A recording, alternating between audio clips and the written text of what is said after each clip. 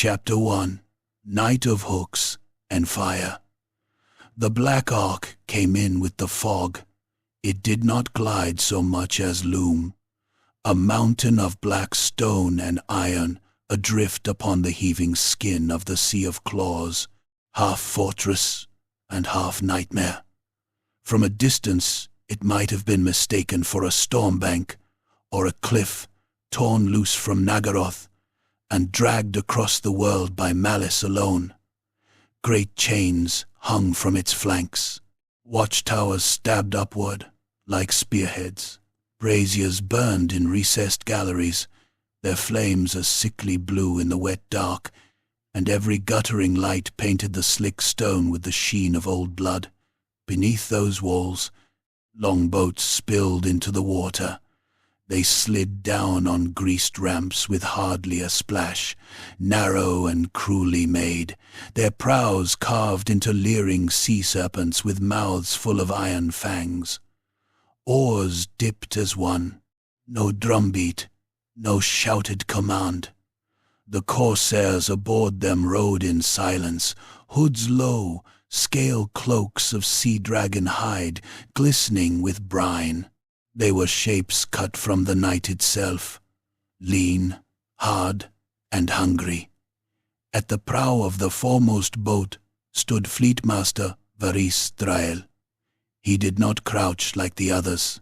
He stood with one hand resting on the hooked lip of the prow, boots braced, the salt wind tugging at the black mane of his hair. His armor was lacquered the color of midnight oil and trimmed in scaled leather. A half-cloak of sea dragon hide hung from one shoulder, thick with old scars where teeth and shot had struck it over the years. His face was narrow, beautiful in the way of a knife, and as cold. One cheek bore a pale old cut from ear to jaw that had healed wrong, leaving his smile with a permanent sneer. He watched the Imperial coast emerge in ragged pieces through the mist. First, the lantern glow atop the signal tower, then the jagged black line of the harbor palisade, then the clustered roofs of the fishing town, tight-packed and damp, with a little stone chapel standing like a rotten tooth above the rest. Nets hung from poles. A pier jutted into the black water. A customs house crouched beside the quay, squat and respectable. Beyond it, set back on a rise behind an orchard wall, a manor house of timber and whitewashed plaster stood with only 2 windows still lit. Nordland, a thin-bellied province on a lean, wind-gnawed shore, hard men, cold tides, and enough silver passing through its ports to make a raid worthwhile. Varys breathed in through his nose and tasted wood smoke, fish guts, tar, and human fear not yet woken. He loved that moment best. The held breath before the scream, the instant when a place still believed itself safe. He raised 2 fingers. The nearest corsair lifted a repeater crossbow. Others did the same all along, the line of boats, winding mechanisms clicking soft as beetle jaws. The weapons were wicked things, all steel limbs and ratcheting gears, made for murder at close range. Barbed bolts sat in their magazines, their heads glimmering dark with venom. A 3rd finger rose. The longboats split apart, each peeling toward its assigned target with predatory certainty. 1 for the signal tower, 2 for the harbor gate, 3 for the beach and the fishers' quarter. Varys took the center, straight for the quay. They struck shore with a grind of wood on shingle. Hooks flew first, iron teeth chained to ropes, biting into posts and beams. Corsairs vaulted over the sides before the boats had settled. Boots thudded on wet stones. Cloaks snapped. One sleepy dockman, his lantern held loose at his side, turned at the sound with his mouth already opening. A bolt punched through the lantern, sprayed him with burning oil, and drove into his eye. He fell on his back, shrieking, hands clawing at a face that was no longer a face. Fire ran over his beard and shirt. Another corsair stamped on his throat until the shrieking turned to a bubbling hiss. Then the night broke open. A bell began clanging somewhere up by the palisade, frantic and uneven. It rang only 4 times before the signal tower vomited orange light from its top chamber, and men inside started shouting. Varys saw a halberdier in a quilted jack lean over the railing, trying to sight into the fog. "Now," he said. The corsairs beside him loosed together.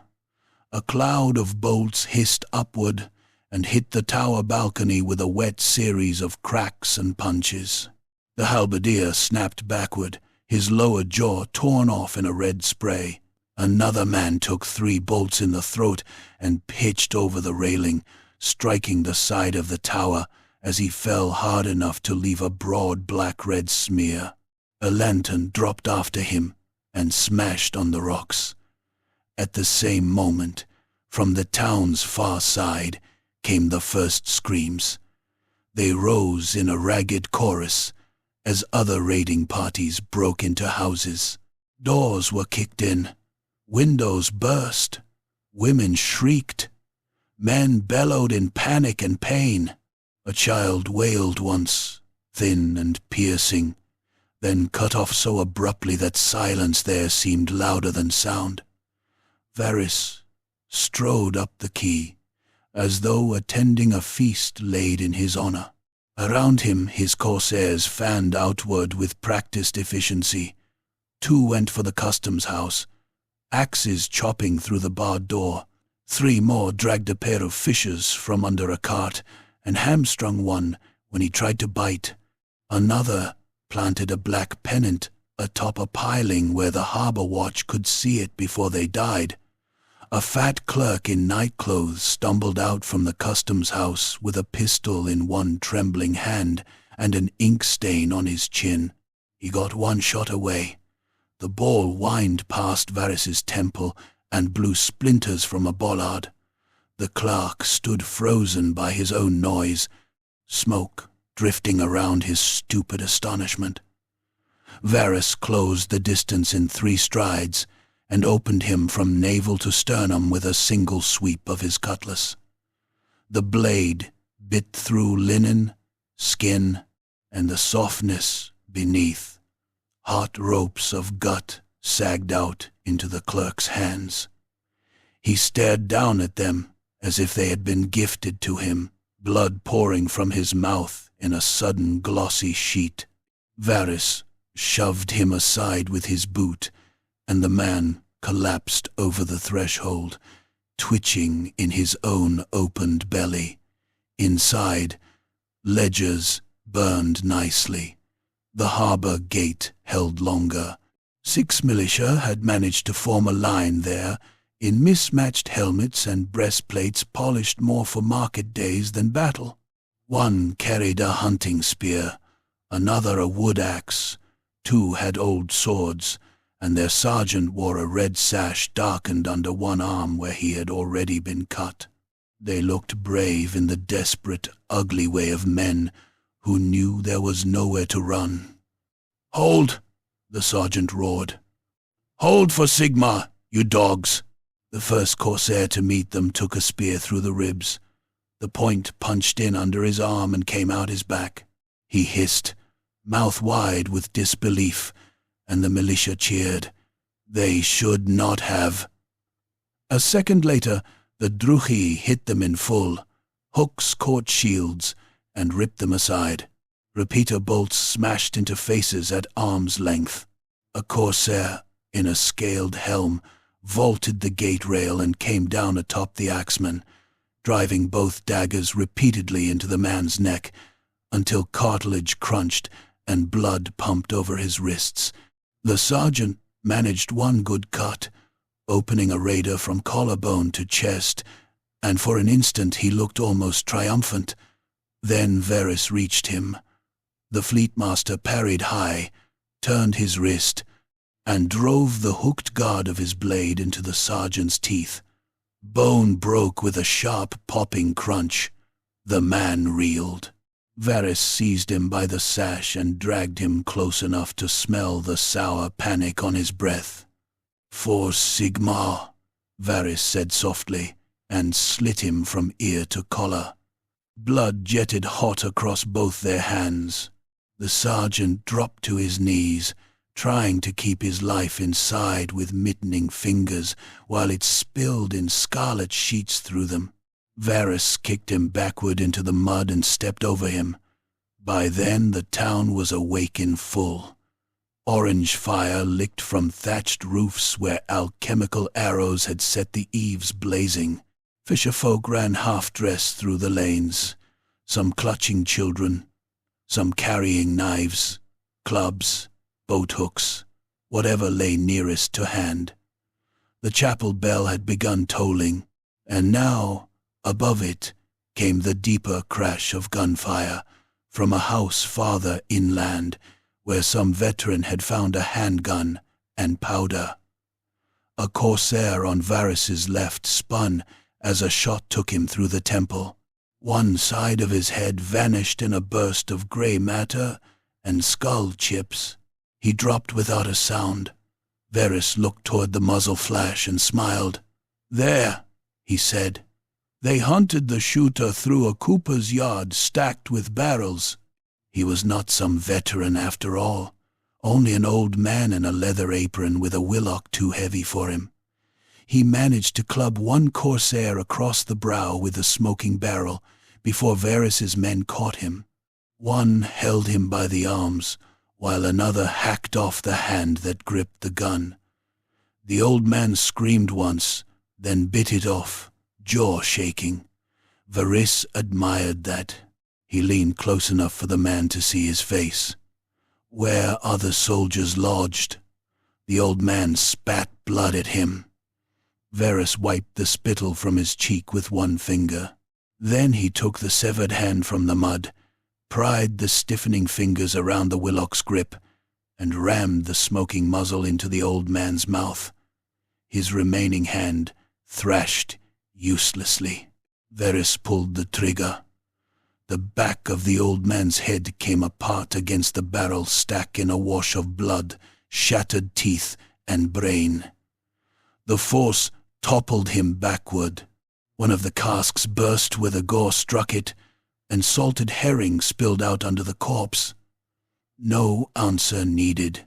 By then Varys could hear where the real resistance was gathering. The manor on the rise. Its windows were alive with lamplight.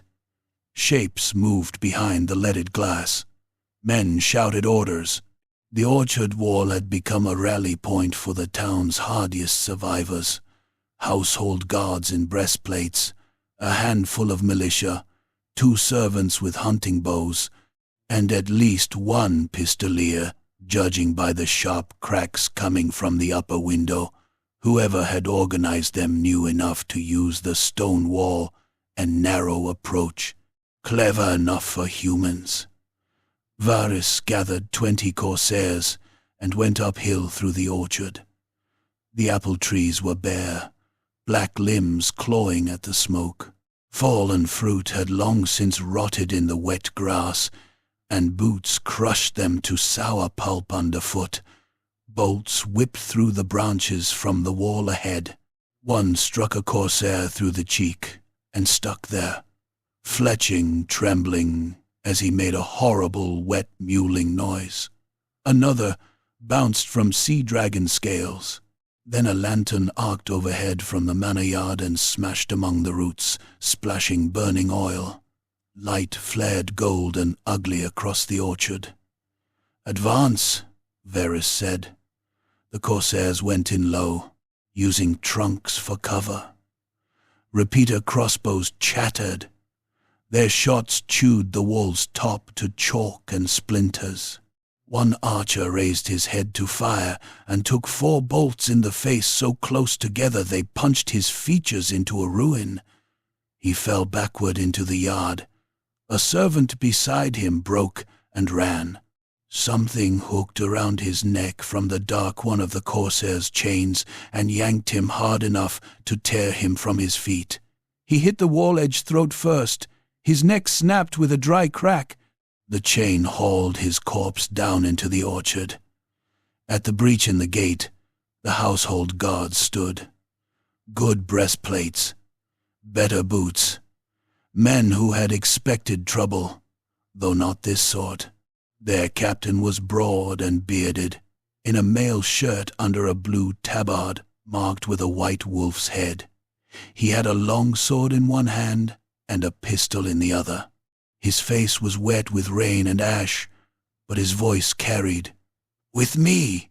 he shouted, and fired. The ball smashed a corsair's knee into red fragments. The Drukei spun down, screaming. Then the captain charged through the gate before fear could root his men where they stood. For a few glorious heartbeats, the fight at the manor mouth was honest slaughter. Steel rang. Men grunted and screamed. A guard's sword hacked into a corsair's collar and stuck in bone. Before he could wrench it free, a hook went through his lips and cheek and tore the lower half of his face away.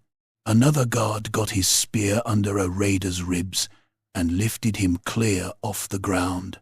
A Drukei answered by driving a dagger into the guard's eye up to the hilt and twisting until something liquid popped.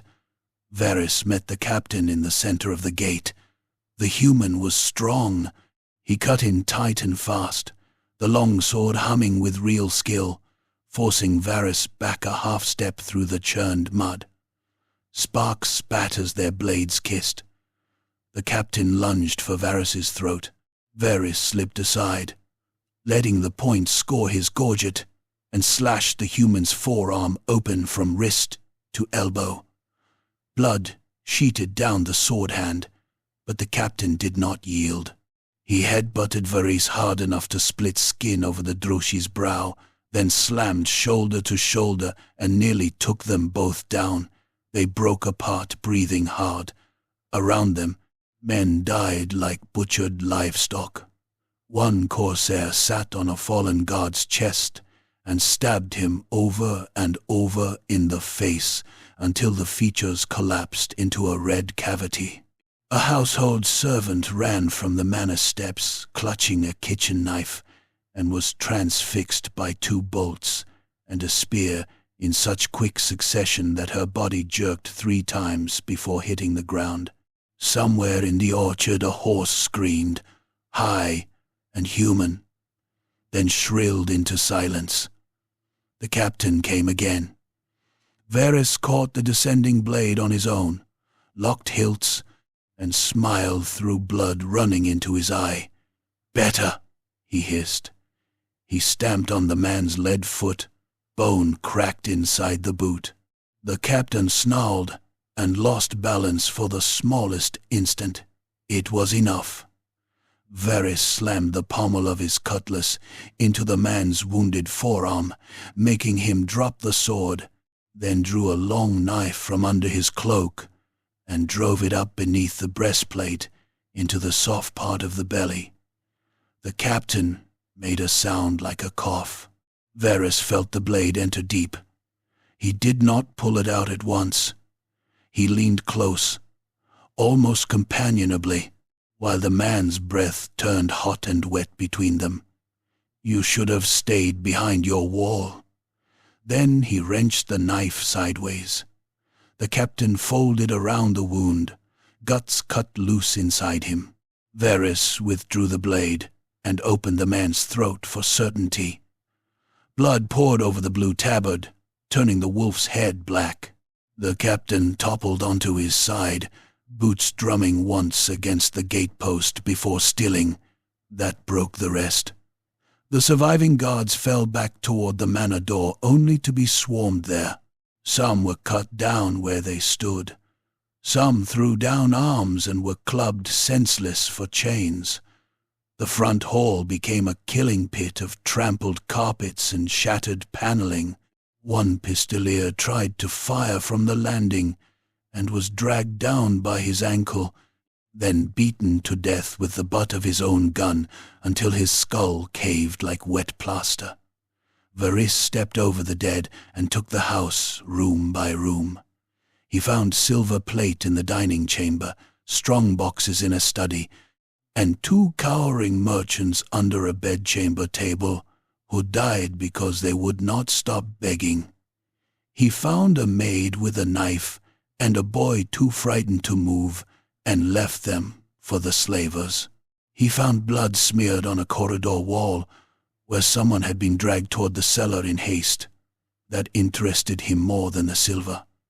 Down below, under the manor, the air was cold and sour with damp stone. A lamp burned on a bracket by a heavy door banded in iron. 2 household guards lay dead outside it, not from Drushi blades, but from hurried human work, one stabbed in the back, the other across the throat. Sacrificed to buy time. "Open it," Varys said. His corsairs broke the lock with an axe and shouldered the door in. Beyond was a low cellar, lined with casks and crates. At its center stood an iron-bound coach, mud still wet on the wheels, as though it had only just arrived. 4 more men in travel-stained cloaks stood around it with swords drawn. Not house guards, better armed, better fed. One wore the remnants of a tabard, hastily turned inside out to hide its device. Another had a signet ring on the wrong hand, as if trying to conceal rank, and forgetting which lie he had chosen. They fought like men who knew capture would be worse than death. The first was shot through the eye before he crossed half the floor. The second got close enough to bury a knife in a corsair's groin, opening the artery there in a pumping red gush, before Varys split his collarbone and heart with a downward cut. The third threw down his sword and reached for the coach door as if he might somehow drag it bodily through the wall. A hook took him in the spine. He screamed when they reeled him back, and screamed louder when another corsair hacked off both his hands at the wrist to make him release the handle. The last man, narrow-faced and trembling with exhaustion, put himself before the coach door with a pistol aimed at Varys. "Back!" he rasped. "Back, or I kill him!" Varys's eyes narrowed. "Him, not my lord, not the papers. Him." The pistol shook. Sweat shone on the man's lip. He was bluffing. Or perhaps he was not. Either way, Varys despised the sight of fear trying to masquerade as courage. He flicked 2 fingers. A bolt struck the gunman in the throat. He dropped the pistol and clutched at the shaft, blood bubbling between his fingers. Varys crossed the room before he had finished falling and kicked him onto his back. "Who?" Varys asked. The man's mouth worked soundlessly. He was dying too quickly for useful answers. Varys planted a boot on his chest and leaned hard enough to grind the bolt deeper. "Who is in the coach?" The dying man coughed up a mouthful of froth and blood. Not for ransom," he managed. "By all gods. Don't let Varys stamped once." Ribs cracked. The warning ended there. The cellar had gone still except for the groans of the mutilated and the drip of blood off broken casks. Varys turned to the coach. It was not richly ornamented. No gilding, no bright heraldry. Travel mud obscured its panels. But the lock on the door was expensive work, and there were scratch marks at the inside handle where someone within had clawed at it. "Bring him out," Varys said. A corsair yanked the door open. Inside, on the bench seat, wrists chained and ankles shackled, sat a young man in a dark wool coat now smeared with dirt and blood. He was perhaps 20, with fair hair matted to his brow and a face that would once have been soft with privilege. Not soft now. The ride, the fear, and whatever beatings had preceded them had hollowed him around the eyes. His lower lip was split. There was dried vomit on one sleeve. Yet even caged and filthy, there clung to him the unmistakable stink of status. Good boots, fine stitching, hands that had held reins and quills more often than labor. He stared at Varys with the frozen, unbelieving horror of a man who had expected rescue and instead found monsters. There was a packet of sealed papers on the seat beside him. Varys took them, broke the ribbon, and scanned the hurried script by lamplight. Names, transfers, false identities, orders masked as accounts. The language of men who feared their own countrymen more than foreign blades.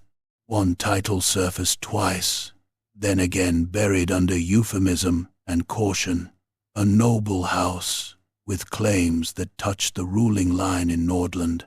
Another paper named the captive more plainly than the rest. Mates Falcon.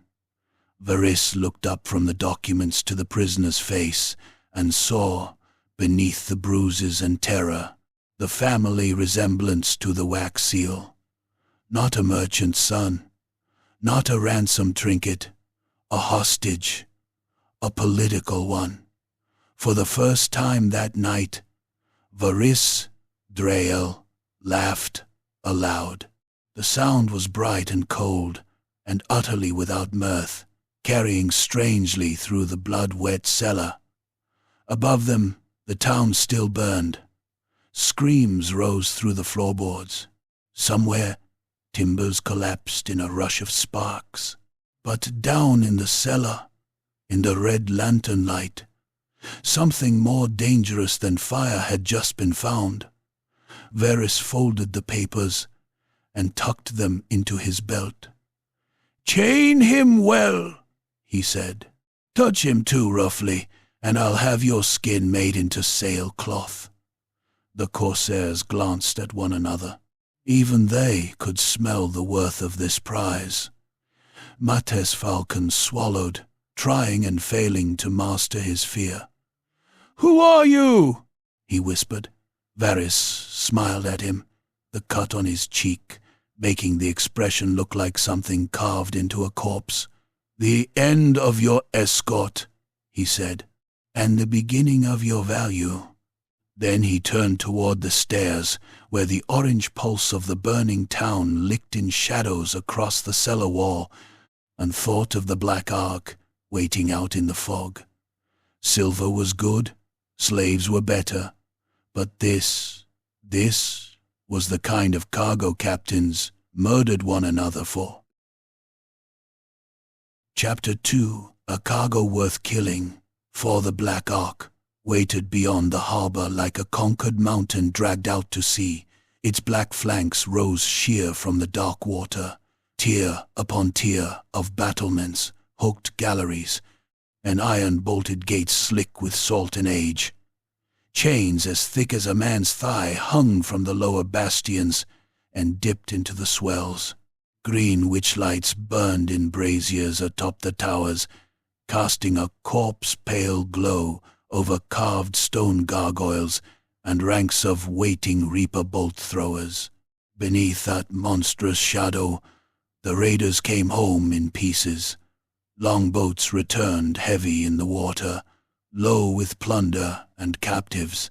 They slid under the ark's looming bulk, like rats scurrying into the ribs of a carcass. Some boats were piled with silver plate, bundled tapestries, casks of spirits, and trade bars ripped from the customs house vaults. Others held the living spoil. Bound men, women, and children packed so tightly their knees and shoulders knocked with every swell, their mouths gagged with net rope, their eyes wide and glittering in the dark. Those who had fought hardest were the bloodiest. Those who had wept hardest were silent now. A few of the boats carried the dead too, because even Druchi counted their own when rank demanded it. Fleetmaster Varys Drael stood on the receiving deck as his prize was brought aboard. He had changed nothing since the raid. Human blood had dried black on his cuirass and in the grooves of his hooked gauntlet. A fresh strip of linen had been tied around his brow where the manor captain had split the skin to the skull, but it was already soaking through. He looked more alive for the wound. There was a brightness in him now, an ugly alertness sharpened by discovery. The hostage came up last. Matthias Falcon was hauled in chains from the longboat and made to stumble up the wet steps between two corsairs. His wrists were manacled behind him. A chain ran from his irons to a collar of blackened steel around his throat.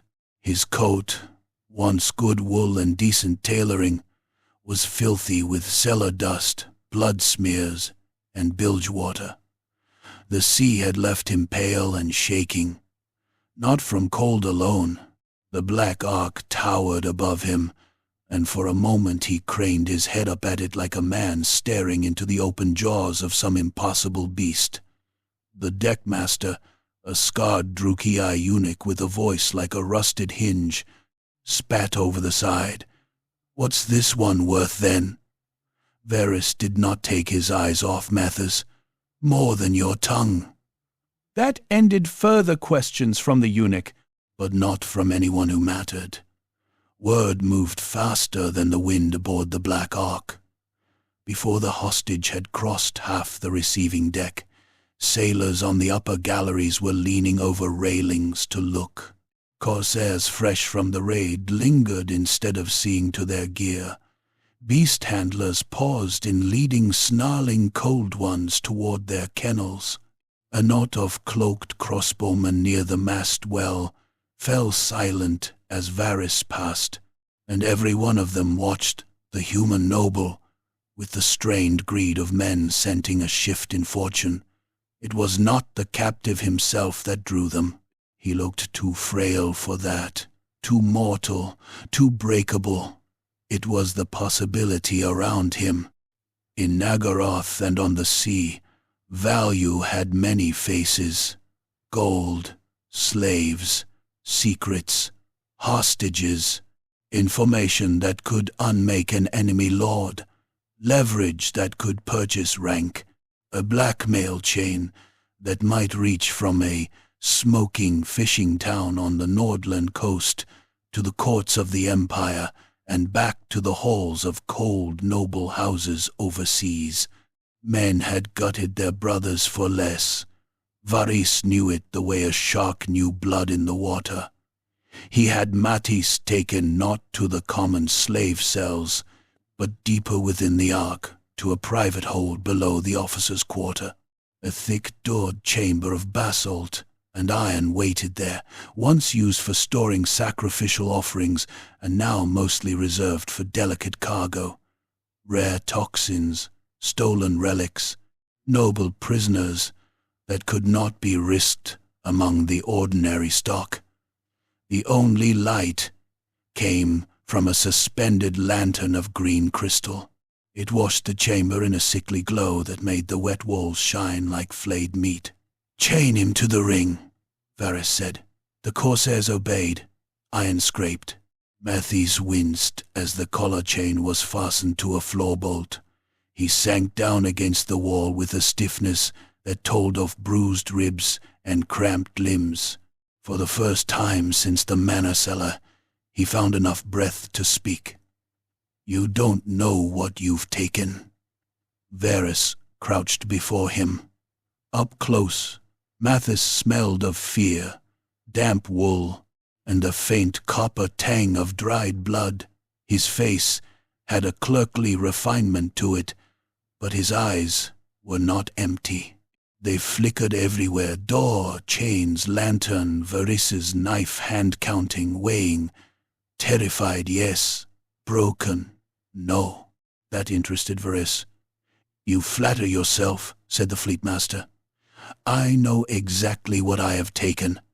A package too dangerous to move openly, hidden beneath false papers, guarded harder than coin, and escorted by men who would rather die than see you questioned.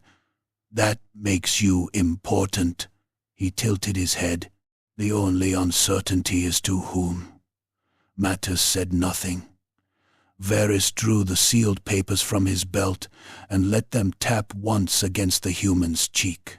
"Names can be found in ink. Value takes longer."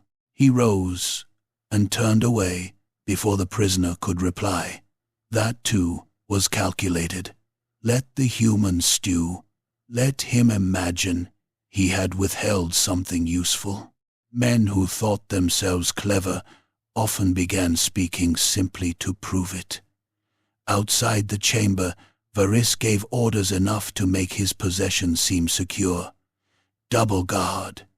No one admitted without his word. No blade within the prisoner's reach. Any man found tampering with the lock would be nailed to the mast by his tongue. Then he went up to the officers' hall.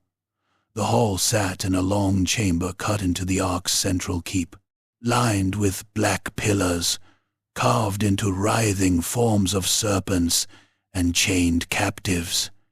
Between the pillars burned bronze braziers whose smoke smelled faintly of some narcotic resin from distant eastern jungles. The tables were set for triumph. Silver cups, trenchers of roasted fish, bloody cuts of beef, platters of seabird, black bread studded with olives, and thin-necked bottles of violet wine stolen from Bretonnian merchants months before. Slaves moved silently between the tables, under the watch of lash-bearing attendants. Tonight, though, the feast had an age. Captains lounged in their carved chairs and watched one another over their cups. Captain Selendrith Vane reclined like a courtesan in a den of executioners, one boot hooked over the rung of her chair, one elbow draped over its arm. Her sea-dragon cloak was cut shorter than the others, more for show than war, and dyed at the scales with a wash of dark blue that flashed oily in the firelight. She was long-limbed, pale and smiling, with a mouth too amused to trust, and a pair of dueling scars crossing one eyebrow like delicate brush-strokes. Rings glittered on almost every finger. She looked lazy until she moved. Then men bled. Captain Corveth Nall sat opposite her in full armor, because he trusted no room enough to ever unbuckle. He was broad for a druchi, his face all angles and all damage, one ear shredded down to a knotty stump. His eyes were yellowed at the whites like a hunting beast's. He drank no wine. Before him sat instead a narrow silver cup of water he never touched, as if even poison preferred richer prey. Captain Harkul Sar arrived late and made an entrance of it, boots pounding, sea-dragon cloak wet from spray, helm tucked under one arm. Harkul was handsome in the ugly way of a pit fighter, all square jaw, broken nose, and hard black stubble. He wore his cruelty openly, which made fools underestimate him. A man whose malice showed on the outside could hide subtler knives within. They were not Varys's equals in title. Not quite. But each commanded enough ships, killers, and loyalty to matter. Each had ambitions too large for obedience. A goblet was raised, a jest made. 2 slaves were slapped hard enough to fall when they poured too slowly. Then, almost politely, Selendrith said, "I hear tonight's catch included more than fishwives and silver spoons." Harkul barked a laugh. I heard our fleet master found himself a rabbit in a coach." Corveth's gaze stayed on Varys's face. "Not a rabbit. Varys cut into a strip of roast meat with careful neatness."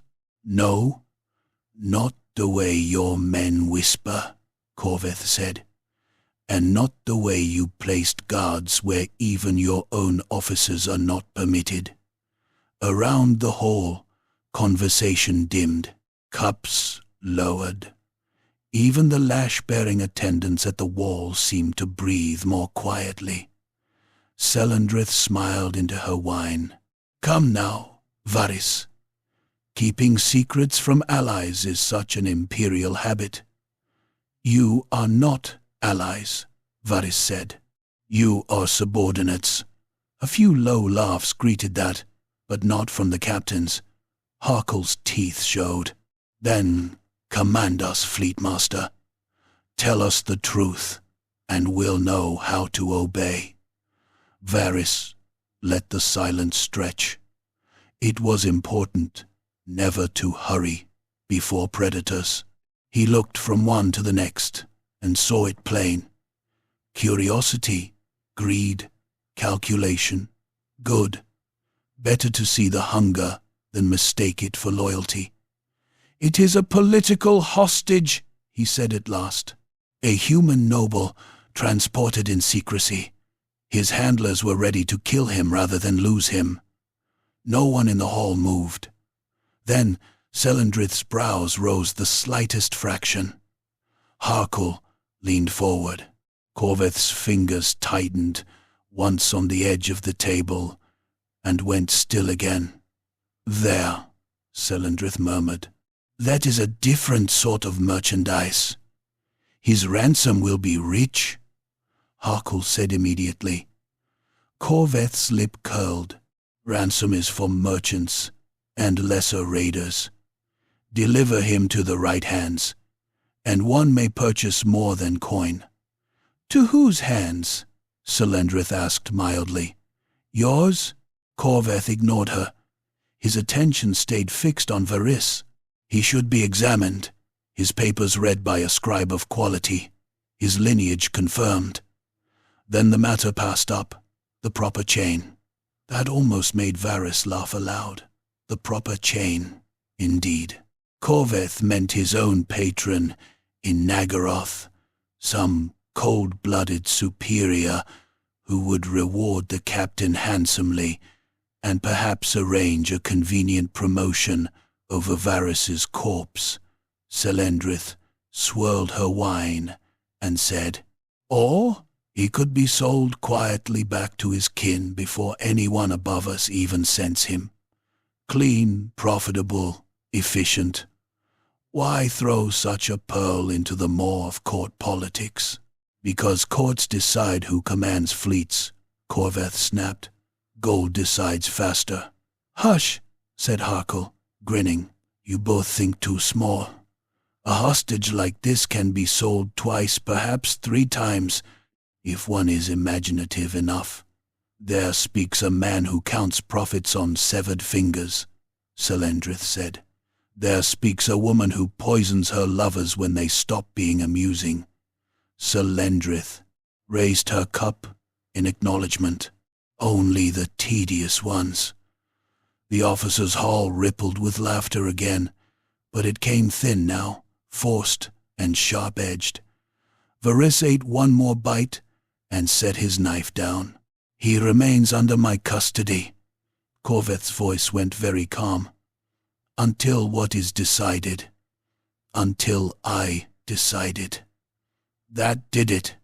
Harkle snorted and pushed back from the table. "That boy was taken on an Ark raid, by Ark steel, not from your private purse. The prize belongs to the command, not the hand that opened the cellar door." Varys turned his head slowly toward him. "Would you like the hand, then?" Harkle stood. He was taller than most humans and broader than many. Rings of scale and leather clinked softly over the corded muscle of his arms. "I'd like fairness." "From a Druchi?" Selendrith laughed openly this time. "How provincial." Corveth did not laugh. "The matter cannot rest with one captain." "It can," said Varys, "because it does." The hall felt suddenly smaller. The braziers popped and hissed. A slave girl passing with a wine flagon faltered and spilled a dark splash across Harkle's sleeve. He turned and backhanded her hard enough to twist her half around. Teeth clicked audibly. She hit the floor and curled there, hands over her face, blood running between her fingers. No one looked at her. Harkle's gaze never left Varys. "You are making yourself difficult. I am making myself clear." Then came the first attempt. It was almost disappointingly crude.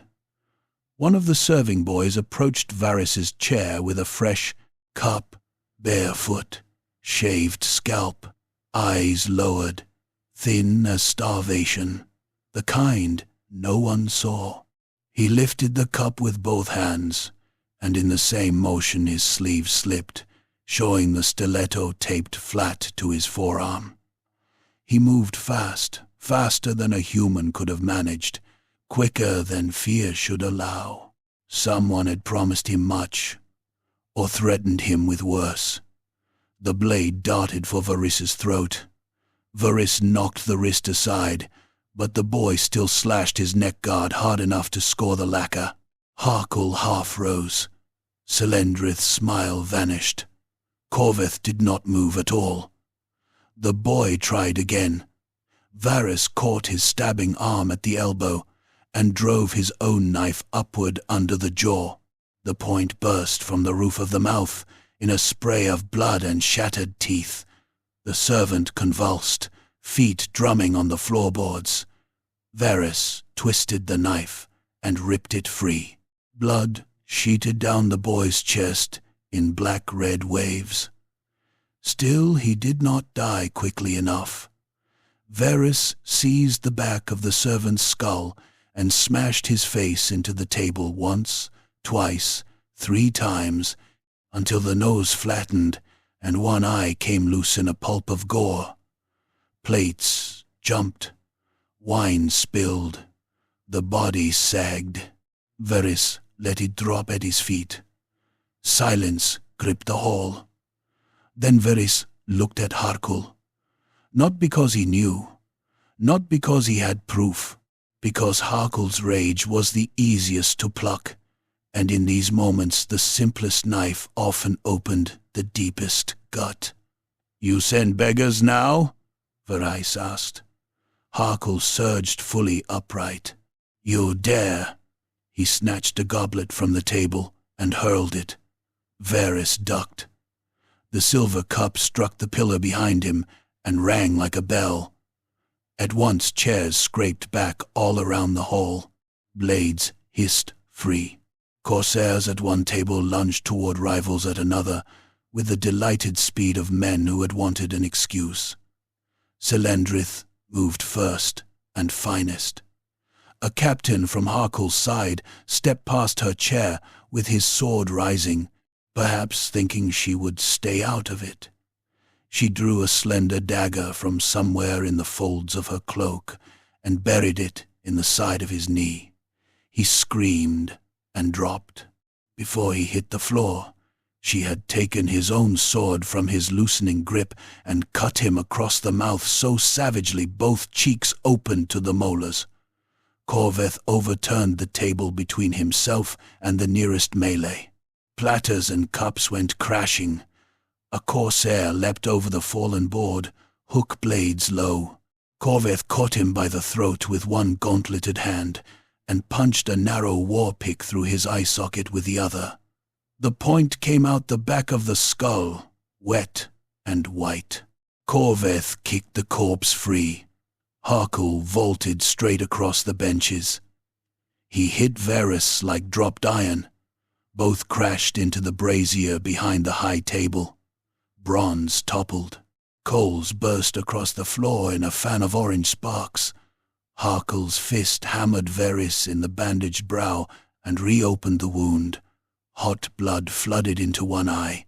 Varys answered with the hooked guard of his cutlass, raking it across Harkle's cheek and tearing the skin into a red flap from cheekbone to ear. Harkle roared and drove a knee into Varys's ribs. Something cracked.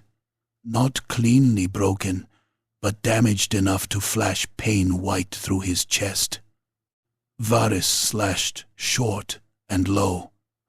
The blade bit into Harkel's thigh through the leather scales. Blood ran down his leg in thick, dark ropes. Around them the hall degenerated into butchery. A slave attendant trying to crawl clear had his spine split by a stray axe blow and spasmed in a widening puddle. Two corsairs locked together near a pillar and sawed at each other with knives so frantically their armor straps came loose and their hands slipped on blood. One finally tore the other's ear off with his teeth and rammed a dagger up under the chin. Selendrith glided through the confusion like a dancer in a slaughterhouse, cutting wrist, tendons, hamstrings, throats, never where armor was thick, always where flesh yielded. Somewhere behind the smoke and shouting, a horn began to blare alarm from the upper deck. Good, Varys thought wildly as Harkel's elbow smashed into his mouth. Let them all hear. He caught Harkel's wrist, turned with it, and bit down savagely on the base of the man's thumb through the leather glove. Flesh tore. Harkel jerked back with a curse. Varys used the instant to drive his pommel into the damaged cheek he had opened moments before. Bone gave under the blow. Harkel staggered, half blind in blood. Varys rose and kicked him in the chest hard enough to send him sprawling through overturned dishes and scattered coals. "Enough!" Corveth thundered. His voice cut through the hall like a ship's bell through surf. For one heartbeat the fighting faltered. Corveth stood on the far side of the wrecked feast table with blood up to his elbows, and a dead man collapsed over one shoulder. He shoved the corpse off and pointed his war pick, not at Varys, not at Harkel, not at Selendrith, but at the doors. "The hostage," he said. "That was the true center." Everyone in the room knew it, because while they had brawled and stabbed and tested one another's throats, the best killers among their crews would already be moving below decks toward the private hold, toward the iron ring in the floor, toward Mattis Falcon. Selendrith's eyes flashed with sudden, delighted recognition of the same thought. "Ah," she said softly, "now the real game begins." Then from somewhere beneath the hall came a scream that rose, choked, and cut off wetly. Another followed. Varys did not waste a breath on threats. He ran for the doors with blood in his eye and murder in both hands, while behind him captains, corsairs, and cutthroats surged after, like wolves scenting a single wounded stag in the dark. Chapter 3. Murder in the Lantern Gloom. The Black Ark had always been a cruel place. Cruel by design, cruel by custom, cruel in the grain of the black stone and the ironwork that caged its halls. Its corridors were not built for comfort or fellowship, but for obedience, fear, and the swift movement of armed killers. Stairs fell steeply between decks, like throat slits cut into rock. Archways hunched low and narrow to force the lesser folk to bow as they passed. The lanterns that burned in wall niches gave off a green, corpse-cold light that flattened every face into a death mask and made every shadow look like something lurking there on purpose. Even in calm weather, the ark groaned around its inhabitants, stone and timber complaining under the pressure of waves, like some chained thing that resented being ridden. Now, in the wake of the feast hall bloodletting, it became what it had always wanted to be, a butcher's house. Fleetmaster Varys Drayle took the first stair down 3 at a time, blood running warm into one eye from the reopened cut on his brow. Behind him boots pounded, steel rang on the walls, and men barked one another's names in accents sharpened by murder. He could hear more fighting already below, the close, ugly kind that came from corridors too narrow for formation. Not a battle, an outbreak. 100 private betrayals flowering all at once. The smell changed as he descended. Above decks there had been salt, smoke, spilt wine, cooked meat. Below there was bilge water, lamp oil, hot iron, old brine, fear sweat, and fresh blood.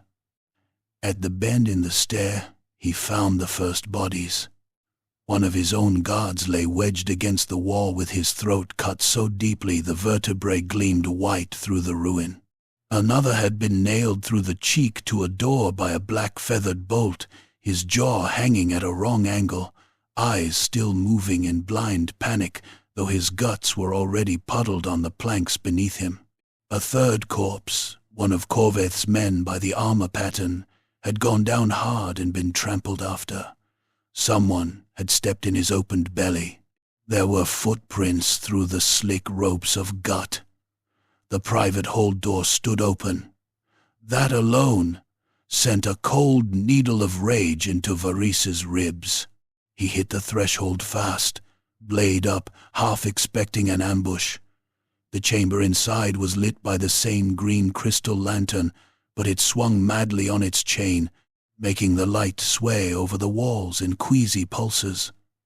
The iron ring in the floor remained. The chain remained. The collar remained. Mathis Falcon did not. One of the guards still lived long enough to see Varys. He was sitting against the wall in a red smear, both hands pressed to the stump where his nose had been. The fingers were slick and useless, trying to hold closed a face that no longer had the shape of one. He made a wet, whistling noise when he breathed. "Who?" Varys snapped, crouching. The guard's eyes rolled toward the ceiling as if the answer might be written there. Blood bubbled through the mess of his mouth. Lady Sel," he goggled. Then a throwing knife punched through his throat from the doorway, and the rest of the word died with him. Varys spun. The knife thrower came in low and quick. One of Selendrith's deck killers in scaled leather and a lacquered half-mask. He already had a second blade in hand. Behind him, in the passage, men were crashing into each other and shrieking. More boots, more voices, no time. The assassin flicked the second knife at Varys's face. Varys knocked it aside with his cutlass, crossed the space in 2 steps, and rammed his shoulder into the killer's chest, hard enough to break the man's balance. They hit the stone wall together. The assassin slashed up with a short curved knife, opening Varys's forearm through the vambrace gap. Varys snarled, caught the wrist, and smashed the man's masked face against the wall twice. The lacquer split. Bone gave beneath it. On the third impact, the mask caved inward, and the man sagged. Varys tore the knife from his failing grip and buried it under the chin. The point went up into the skull with a thick, resistant crunch. The body spasmed and slid down the wall, leaving a dark, wet fan behind it. He stepped back into the corridor just as the rest of the hunt arrived. Captain Selendrith Vane came first, gliding through the confusion with a bloody dueling blade in one hand and Mathis Falcon's chain in the other.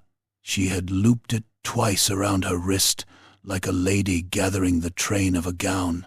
The human stumbled behind her, half-dragged, his face pale in the lantern glow, wrists still manacled, one cheek streaked with someone else's blood.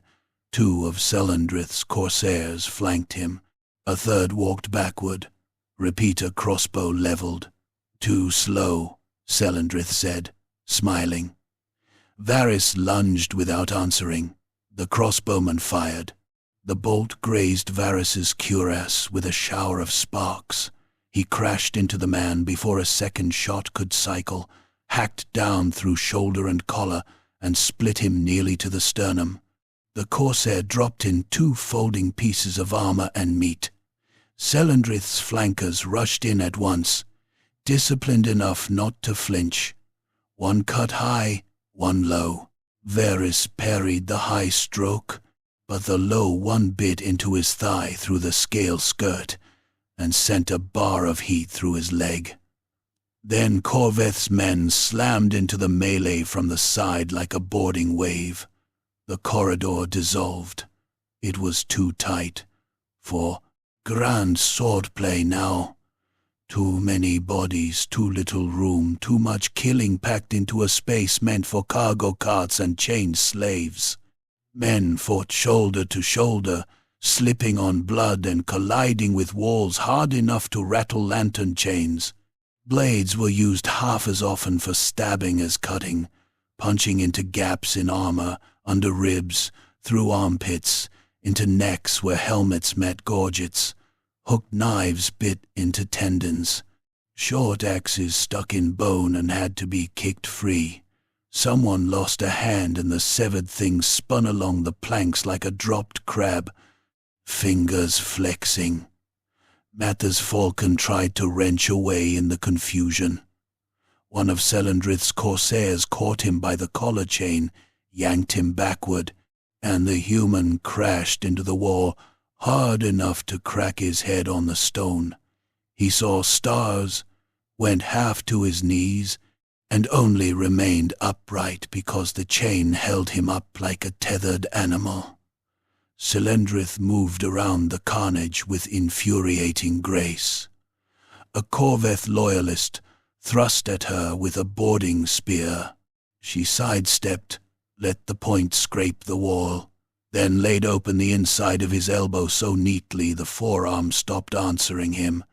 Before he could cry out, she thrust under his chin. The blade emerged from the crown of his head, wet and bright. She kicked him off her steel and turned to cut another across the lips so deeply his scream became a bubbling gargle. Corveth himself arrived a heartbeat later, war pick in one hand and a broad sea axe in the other. He wore blood like another layer of armor. It shone on his breastplate, dripped from the broken edge of one pauldron, and had stiffened black in the shredded ruin where his left ear had once been. He saw Mathes, saw Selendrith, saw Varys, and chose the simplest answer. "Kill the escorts!" he roared. "Take the hostage alive." That command alone told Varys all he needed to know. Corveth wanted the boy as a ladder, something to hand upward to whatever greater serpent in Nagaroth he served. A fine ambition. It would end with his corpse. Varys hacked down one of Corveth's front-rank killers and drove in toward Mathis through the scrum. The human saw him coming and something changed in his face. Not trust. Never that. Recognition, perhaps. The understanding that of all the monsters in the passage, Varys at least wanted him living. That made him valuable enough to manipulate. "Corveth means to cut your tongue out first," Mathis shouted, voice ragged, but carrying in the narrow corridor. "He thinks I've swallowed names." It was a lie. Varys knew it was a lie, because the human had no time to know Corveth's mind. But it was a useful lie, a thrown coal into dry reeds. Corveth's nearest fighters hesitated, only for an instant, but in Druchii politics, an instant was enough for suspicion to root. Selendrith laughed aloud. Oh, delightful," she said. "He learns." Harkosar chose that moment to return from whatever lower hell had spat him up. He came through the smoke from the ladder well with a dozen hard-eyed brutes at his back. One side of his face clotted dark, where Varys had broken the cheek in the feast hall. He had wrapped the wound in a strip of red cloth, already soaked nearly black, and his smile around it was pure graveyard ugliness. "There you all are," he said. Then his men loosed incendiaries into the corridor.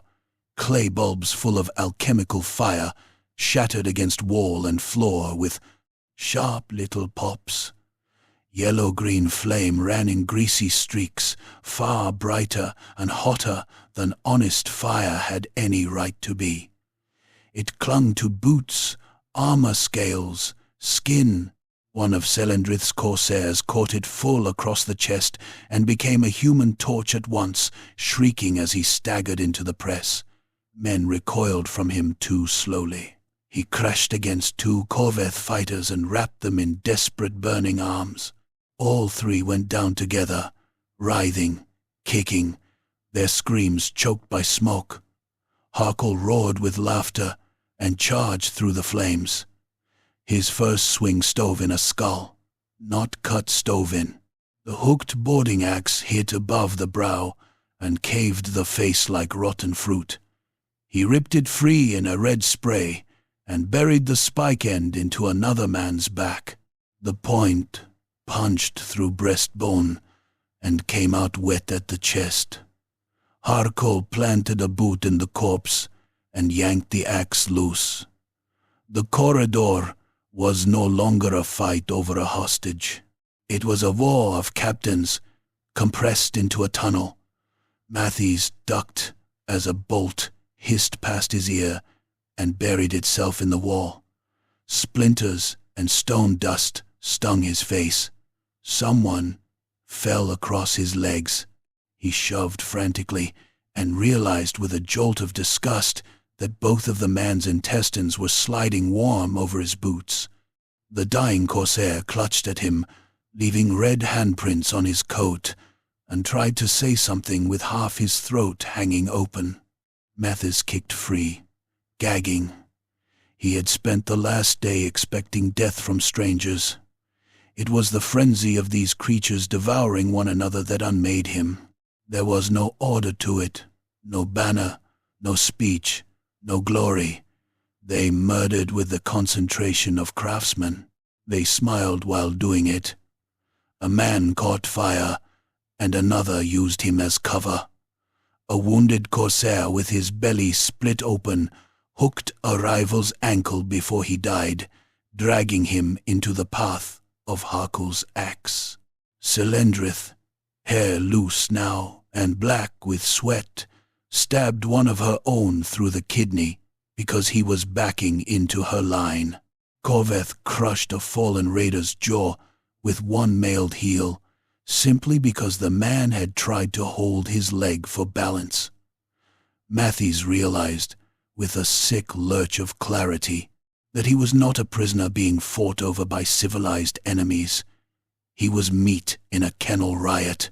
He dropped flat as Varys and Harkle collided almost directly over him. The Fleetmaster's cutlass screeched along. Harkle's axe halved, sparks jumping. Harkle answered with a savage headbutt that snapped Varys's head back and sprayed fresh blood from his brow. Varys drove his knee into Harkle's wounded thigh. Harkle grunted, then rammed the jagged butt of his axe into Varys's damaged ribs. The Fleetmaster's breath burst out in a raw hiss. Still alive? Harkle snarled. Unfortunately for you. Varys slashed low. Harkle twisted, but not fast enough. The blade opened the side of his knee. Harkle answered with a short punch from his free hand that hammered Varys across the mouth and split the lip to the gum. Teeth clicked. Blood ran down both chins now. Corveth shouldered into them like a siege ram. He drove the head of his war pick at Harkle's face. Harkle jerked back, and the point glanced off the bandaged cheek, tearing the cloth away and ripping the skin beneath into a fresh, hanging flap. Harkle bellowed. Corveth's backswing with the sea-axe took one of Varys's men across the neck and nearly decapitated him by accident. The head remained attached by a strip of flesh and bounced sickly against the shoulder as the body collapsed. Selendrith saw her chance. She seized Mathes by the collar chain and darted away down the side passage leading toward the lower galleries. Moving so fast, the human nearly had his neck broken by the pull. He stumbled after her, choking, boots skidding on blood-slick planks. Two of her surviving guards peeled off with them, one glancing back and firing blindly behind. "After her!" Varys roared. But Harkul and Corveth were still in front of him, still hacking and battering in a knot of steel and blood that blocked the passage. Harkul's men pressed from the rear. Corveth's killers slammed in from the side. The corridor became a grindhouse. Varys made it through by becoming more vicious than the obstruction. He parried Harkul's axe, stepped inside the reach, and drove his knife 3 times into the man's midriff where the armor lapped. The blows did not go deep enough to kill, but Harkul folded reflexively, and that was enough. Varys kicked him in the face. Cartilage crunched. Harkul went sideways into 2 of his own men. Corveth swung for Varys' spine. Varys turned and took the edge across his backplate in a burst of sparks that numbed half his body. Before Corveth could recover, Varys punched the point of his cutlass under Corveth's arm. The armor blunted the worst of it, but the blade still bit. Corveth snarled, seized Varys by the throat, and hurled him bodily into the wall.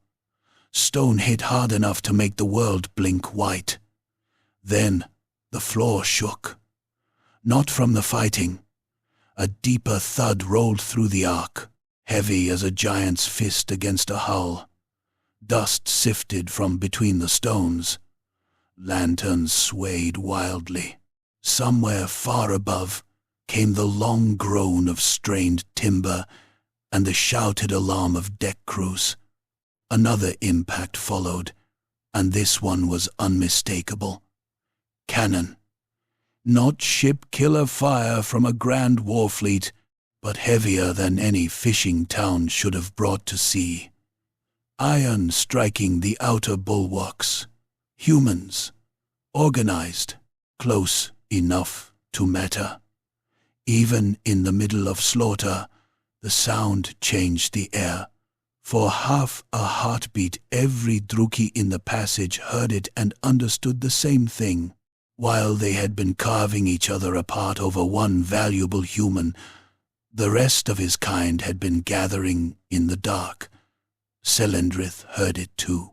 At the far end of the side passage, lantern light flashed over her shoulder as she dragged Mathers toward the lower embarkation galleries.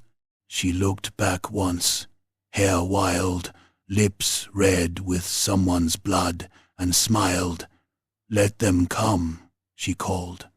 Then she vanished into the lantern gloom with the hostage stumbling in her wake, while behind her the black ark shuddered again under human shot, and the corridors filled with the renewed roar of captains who now had to kill one another quickly.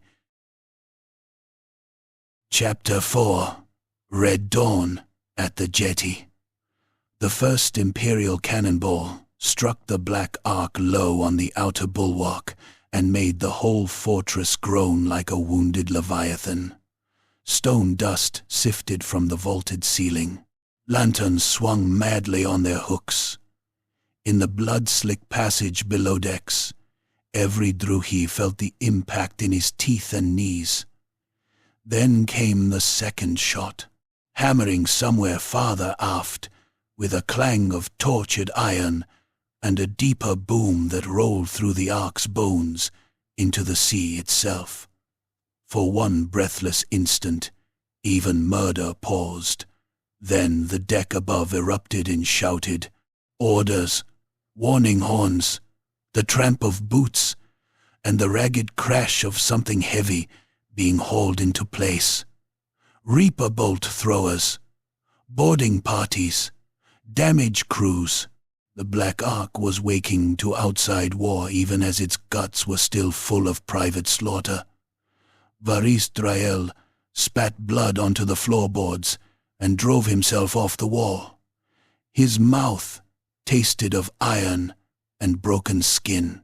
His ribs felt like cracked glass beneath his armor, and every breath dragged a blade's edge through his chest. One eye was half fogged with drying blood from the split brow. None of it mattered. Selendrith had Mathis Falcon. Corveth and Harkul still lived. The humans were now close enough to fire on the Ark. Every moment lost would be paid back in catastrophe. He looked down the side passage where Selendrith had vanished and saw only swinging lantern light, drifting smoke, and the greasy black footprints of men running through spilled blood. After her, he snarled, though most of the men who might have obeyed were already dead. He barreled forward. Behind him, Harkul bellowed for pursuit as well, his voice ruined and savage from blood running down the back of his throat. Corveth said nothing at all. He simply came on like a machine of black iron, sea axe in one fist, war pick in the other, trampling the fallen underfoot whether they still twitched or not. The side passage pitched downward and then widened into the lower embarkation galleries. Long vaulted chambers cut into the Ark's seaward side, where ramps descended toward postern openings and the mooring caverns of the raiding boats. Salt wind breathed through the murder slits. Below, black water slapped against stone pilings. Above, through the slitted embrasures, red light flickered over dawn mist and gun smoke. Selendrith was already halfway across the gallery. She had discarded subtlety now. Mathis Falcon stumbled beside her on a shortened chain, wrists bound in front, face white and filthy, one temple crusted with blood, where he had struck stone in the corridor fight. 2 corsairs flanked them with drawn blades. Behind, 3 more of Selendrith's killers were holding the gallery mouth against the pursuing chaos, bodies braced in a knot of flashing steel. To their right, through the embrasures, the sea beyond the Ark boiled with movement. Imperial rivercraft and coastal patrol boats were coming on through the dawn fog in a ragged crescent, their hulls low and ugly. Decks crowded with militia, marines, and gun crews. One battered cannon barge led the approach, its forward gun belching orange flame from a makeshift breastwork of timber and sandbags. Smaller boats oared alongside it, packed with handgunners in dented breastplates and fisher soldiers clutching pikes, boat hooks, and axes. At their fore stood a knot of hardened figures. A broad-shouldered harbour warden in a mail coat, a pistolier officer with one arm strapped tight in a bloody sling, and a gaunt priest clutching a warhammer and screaming litanies into the salt wind.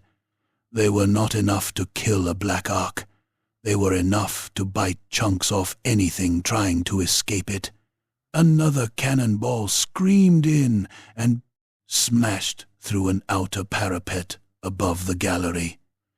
Masonry burst inward, chunks of black stone scythed across the chamber. One of Selendrith's corsairs vanished from the waist up in a wet red spray, legs folding beneath a cloud of pulverized rock and entrails. Mathis flinched so hard the chain nearly jerked him off his feet. Selendrith did not even look at the corpse. "Move!" she snapped, and dragged the hostage toward a moored longboat below. Varys hit her rear guard at full speed. The first corsair got his repeater crossbow half raised and died with Varys's cutlass through the bridge of his nose. The blade punched into the skull with a meaty crack. Varys ripped it free and backhanded the dying body aside into the second guard, tangling them both. Harkul came behind him like an avalanche, axe chopping downward. The second corsair tried to turn and lost his left arm at the shoulder. It slapped wetly onto the gallery stones, still clutching its sword, while the rest of him staggered in a pumping sheet of blood. Harkul kicked him over the rail into the black water below. Corveth's warpick took the third guard in the back and came out through the chest in a burst of ribs and lungs. Corveth yanked it free and the corpse collapsed into itself like a gutted fish. "Mine!" Varys snapped, starting for Selendrith. "Whoever holds him lives," Harkul growled. "Then you die today," said Corveth.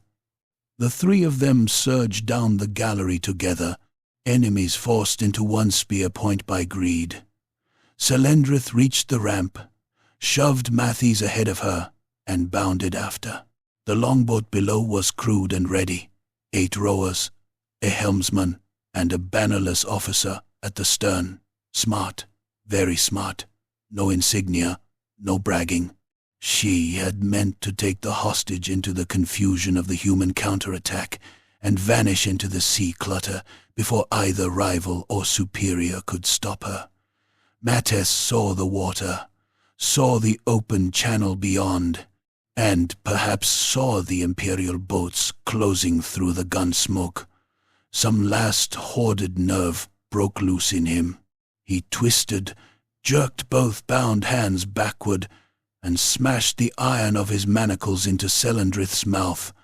It was not a noble blow. It was clumsy, panicked, ugly. It worked. Her head snapped back. Teeth sprayed bright in a fan of blood. For the first time that night her smile truly disappeared. Mathies bolted. He did not run well. He had been chained, beaten, half-starved on fear, and his legs were still unsteady from the pitching deck. But desperation made a good substitute for grace. He sprinted crookedly down the last stretch of ramp, not toward the longboat, but toward the open quay platform, where the ark's chains descended to the tide. Selendrith lunged after him with blood pouring down her chin. Varys leapt from the gallery rail. He hit the ramp halfway down hard enough to jar both ankles, slid in a shower of grit and blood, and crashed shoulder first into Selendrith's side before she could seize Mates again. They struck the stone together and rolled. Selendrith slashed on instinct. Her blade opened the leather at his shoulder and drew a hot ribbon from collar to bicep. Varys answered with the hooked guard of his cutlass, catching a lock of her hair and a strip of scalp with it. She hissed, twisted like a striking eel, and drove a knee into his groin armor hard enough to numb him to the spine. By then Harkul and Corveth were at the bottom of the ramp too, and the platform became an abattoir. Harkul's first swing at Mathis missed by inches and split a mooring post instead, showering splinters.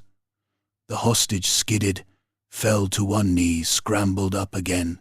Corveth waded into Harkul before he could correct, Seax biting into the bigger captain's side with a crack through scale and leather. Harkul roared and hammered his forehead into Corveth's face. Something broke. Corveth did not step back. He drove the war-pick into Harkul's belly seam and twisted. Harkul's own blood burst over both their hands in a thick black-red wash. Above them, the Imperial cannon barge fired again. This time the shot hit not the ark but one of the moored raiding longboats at the platform edge. The ball tore through hull, rowers, and stern bench in a straight line of dismemberment. Wood exploded. Men came apart in red ruin. One torso toppled backward into the harbor without legs. Another corsair spun across the stones with his guts uncoiling behind him like steaming rope.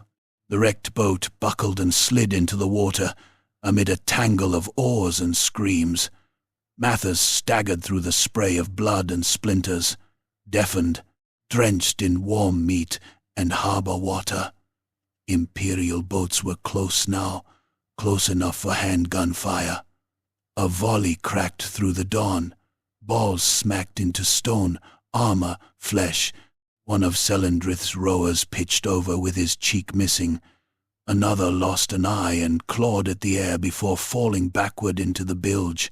Militia, on the nearest cutter raised a ragged cheer. The harbour warden at their prow pointed with his cutlass. "The chained one! Take the chained one alive!" Mathis heard that through the din as if from a dream. Selendrith heard it too. So did every Druki on the platform. The hostage had become a beacon, a shape all sides could now recognize and reach for. That made him more dangerous than any blade. Selendrith rolled free of Varys, blood drooling from the corner of her ruined mouth, and drew a second dagger with her left hand. "If I cannot keep him," she spat, pink froth flying, "none of you will." She sprang for Mathis's back. Varys threw his cutlass. The blade spun end over end and struck Selendrith just below the shoulder blade. Not a killing hit, but deep. The point punched through ribs and came out bloody at her breast. Her body jerked. The dagger she had meant for Mathis instead sliced across his upper arm in a shallow burning line as she collapsed into him. Both went down together. Mathis hit the stones hard enough to burst the breath from his lungs. Selendrith writhed atop him, fingers clawing for the dagger still in her hand. Her breath came in red bubbles against his neck. Her eyes, wide and furious, locked with his, not as prey to captor, but as two drowning creatures fighting over the same plank. Mathis, choking and half-mad with terror, drove both bound fists into her face again and again, until cartilage softened under iron and bone, until her features became blood and broken teeth and one eye collapsed wetly under the edge of the manacle. Still she twitched. Varys reached them first and yanked Mathis clear by the chain. A pistol shot cracked. Corveth fired from arm's length. The ball hit Varys low in the side where the armor had opened at the ribs. It punched through scale, flesh, and whatever breath remained in him. He staggered, face going blank with shock, then furious. For one impossible second he stayed upright by hatred alone. Harkle seized that second. With a howl he buried the hooked edge of his boarding axe in Corveth's neck. The blow chopped through collar and meat and lodged in the spine. Corveth convulsed where he stood. Blood fountained black across Harkle's chest. The larger captain planted a boot on Corveth's sternum and tore the axe free with a grinding jerk that nearly took the head off. Corveth collapsed in two disjointed motions, hands still clawing at a throat that no longer held closed. Harkle lurched toward Varys through the spraying blood. Both captains were dying now and knew it. Varys had a gunshot chewing his side to pulp. Harkle's belly wound leaked dark ropes between his armor lames, and one lung whistled every time he inhaled. That did not matter. Men like them did not stop because the flesh failed. They stopped only when the bones no longer answered. Harkle swung. Varys caught the haft barehanded. The hook ripped through his palm to the bone. He did not let go. With his free hand he snatched the pistol from Corveth's dead fingers, jammed the muzzle under Harkle's jaw, and fired. The charge blew out the top of Harkle's skull in a red-grey burst. For an instant the giant remained standing, axe still trapped between them, the back of his head gone, and his mouth working on nothing. Then his knees folded. Varys let the corpse drag the weapon down as it fell, and nearly went with it. All around the platform the battle was rupturing into smaller nightmares. Imperial boats were ramming the lower docks now, men vaulting aboard with hooked pikes and boarding axes. Militia men clashed with corsairs between shattered longboats and chains slick with spray. A priest in a torn surplice smashed a screaming Druki overhand with his hammer until one side of the elf's face caved in. A net full of chained captives, abandoned in the confusion, had split open on the quay. Some fled, some cowered, and some fell on wounded raiders with bare hands and stones, clubbing them to death in wordless fury. Fire from broken lanterns had taken hold in tarred rope, sailcloth, and splintered decking. The dawn mist glowed red through smoke. Matthews tried to crawl toward the nearest Imperial boat. Varys still had his chain. He hauled the hostage back with the last of his strength, dragging him through blood and harbor slop across the stones. Matthews screamed and kicked. Varys fell to one knee but did not release him. His face had gone waxy under the gore. Blood streamed steadily from the gunshot wound, pooling dark under his boot. Worth. Varys coughed, and a clot of red spilled from his lips. Worth killing fleets for. He hauled Mathis close, perhaps to use him as shield, perhaps simply because surrendering such a prize was beyond his nature.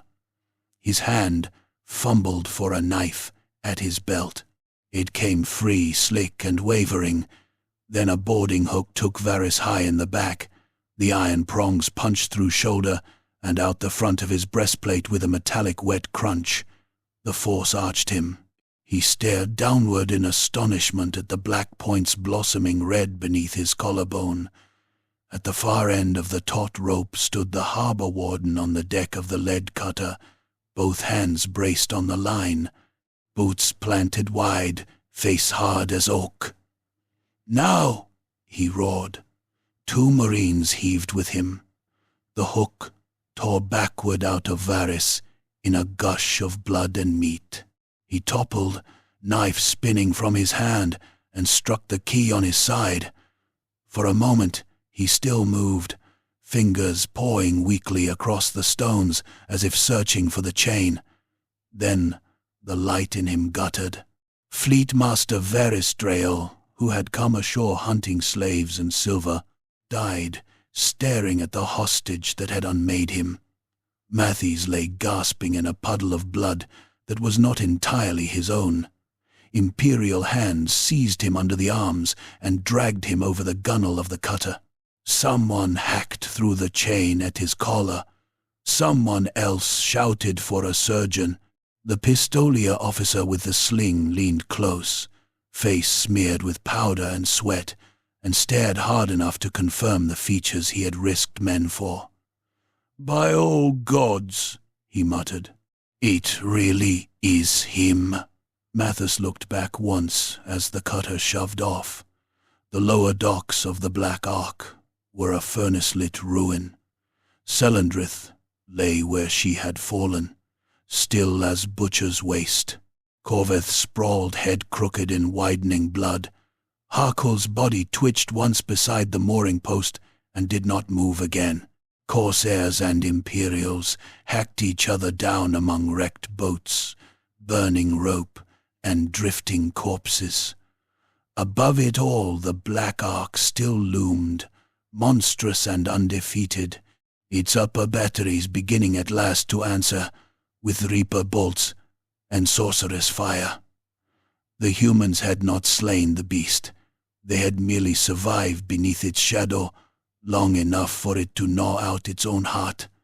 As the cutter pulled into the smoke and dawn chop, the cannon barge loosed another shot into the Ark's lower works, and cheering broke raggedly across the Imperial line. Onshore, beyond the harbor mouth, the town still burned in ugly patches, black smoke rising over broken roofs and gutted streets. The beach was strewn with corpses, broken chains, smashed oars, and the discarded wealth of dead men. The Black Ark began to withdraw with grim tidal majesty, its surviving longboats scrambling after it like scavengers after a dying whale. It slid back into the offshore mist, trailing smoke, firelight, and the echoes of its own internal betrayal.